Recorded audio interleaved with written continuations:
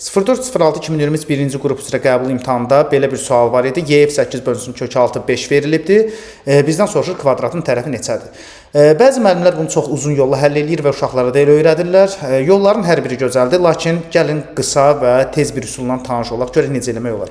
Əvvəla kvadratın tərəfini soruşursa, biz deməli F nöqtəsi ilə kvadratın tərəfinin ortasını birləşdirək və bu birləşdirdiyimiz bu parça, gördüyünüz bu parça kvadratın tərəfinin elə bərabər olacaq. Niyə görə?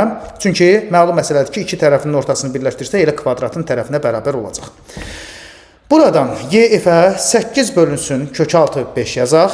8 bölünsün kök altı 5 buradırsa, biz görürük ki, burada AFD üçbucağında elə bir bucaq var ki, qarşı kateti A, bitişik kateti 2A-dır. Onda belə çıxır ki, həmin alfa daxili çarpaz bucaq olduğu üçün bura gəlir və mən Y ilə kvadratın tərəfinin digər ortasını birləşdirsək, qoyaq, M nöqtəsi yazaq. Buradan da alınır ki, MFY üçbucağı düzbucaqlı üçbucaqdır. Düzbucaqlı üçbucaq olmasının əsas səbəbi nədir? Çünki yadınızda saxlayın ki, mərkəzə söykənən daxilə çəkilmiş bucaq 90 dərəcə olur. Bunu hamı bilir. Yəni 180 dərəcəlik qövsə söykənən bucaq 90 dərəcədir.